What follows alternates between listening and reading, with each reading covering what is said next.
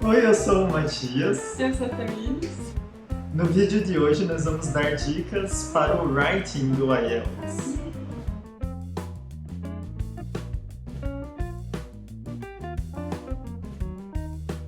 Então agora nós vamos dar umas dicas mais para cada área específica da prova, né? São 4 áreas: Writing, Speaking, Listening e Reading. Vamos começar pelo Writing. Pode ser, Writing. Writing, que foi a minha pior nota no IELTS. Mas, né, acho importante falar que você não gosta de escrever nem em português, Não, né? eu Então... assim, realmente, nem em português eu nunca gostei de escrever, eu não consigo me expressar bem, eu acho que deve parecer um pouco nos vídeos. Eu não sou uma pessoa que se expressa muito facilmente e para escrever assim é muito pior. Eu normalmente todos os tópicos que eu pego que eu peguei para fazer teste assim antes de fazer a prova, eu não saberia escrever nem em português.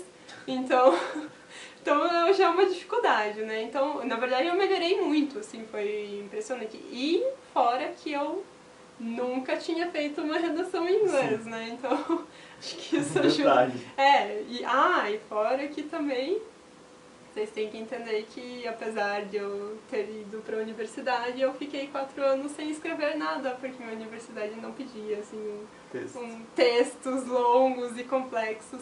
Então, provavelmente a última redação que eu fiz foi para vestibular, então... Faz tempo. Faz tempo. Como é a prova? São 2 textos, o primeiro mínimo de 150 palavras e o segundo tem um mínimo de 250 palavras. O segundo texto é maior, ele vale mais pontos.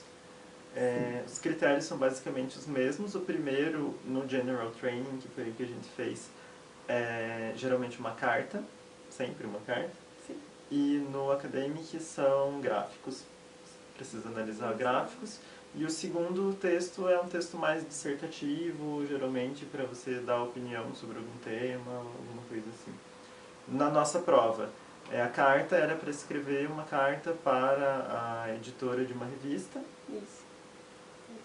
Tinha que cobrir alguns tópicos, né, que pedia, né, mas em geral era isso. E o segundo texto era sobre mudar de profissões, né, era assim, as pessoas dizem que é importante mudar de profissão.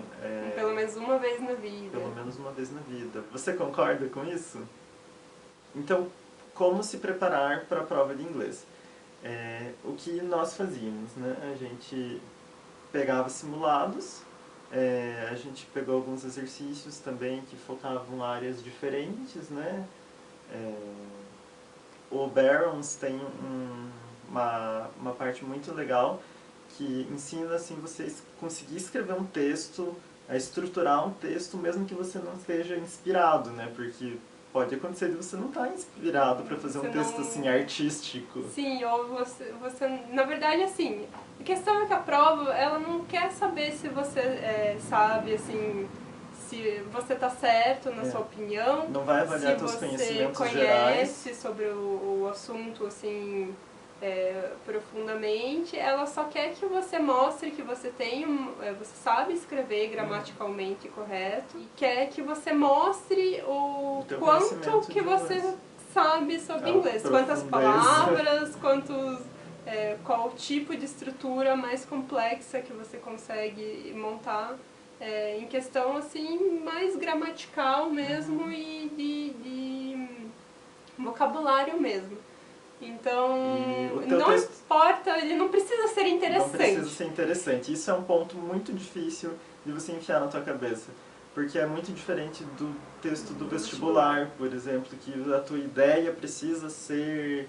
cativante, o teu texto precisa ser assim, inteligente, dissertativo, inteligente, e no caso não. Não, ele pode ser bem bobo, aliás, nós indicamos padrão, que você faça bem bobo, porque assim, claro que se você tiver uma boa ideia vai ser bom, né, mas você pode ser, o melhor na verdade é você ser simples e conseguir introduzir esse tipo de coisa, seja bem estruturado, que a ordem faça sentido, esse tipo de coisa.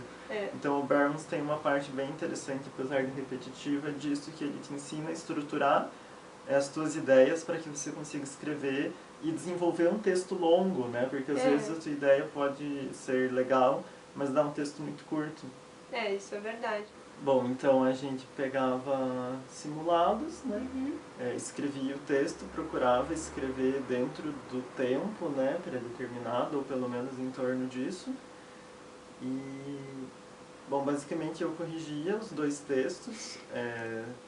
No meu próprio texto, o que eu fazia? Eu pegava um dicionário, via se a palavra que eu tinha dúvida estava escrita corretamente, né? Tentava procurar ou no dicionário ou na internet se eu usei as preposições adequadas, por exemplo. Dava uma verificada nas conjunções, né?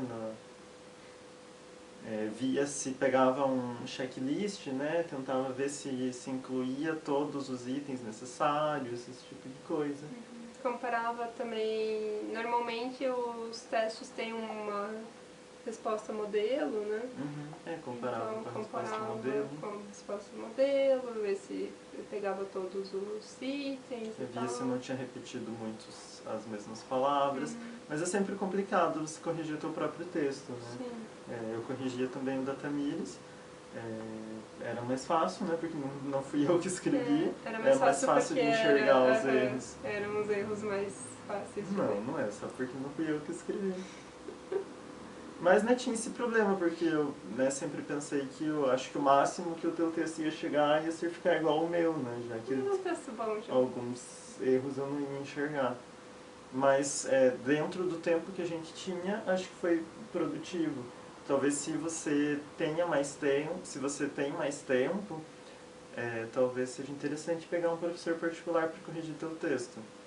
É bom, uma dica também que acho que é importante, se você for fazer realmente isso, faça vários textos antes em casa e leve já só para ele corrigir. Sim. Pronto, que se você for ficar escrevendo na frente dele, sim, ele não vai você fazer vai pagar para o professor olhar você escrever. Né? Então seria um jeito interessante de você poder usar esse dinheiro investido.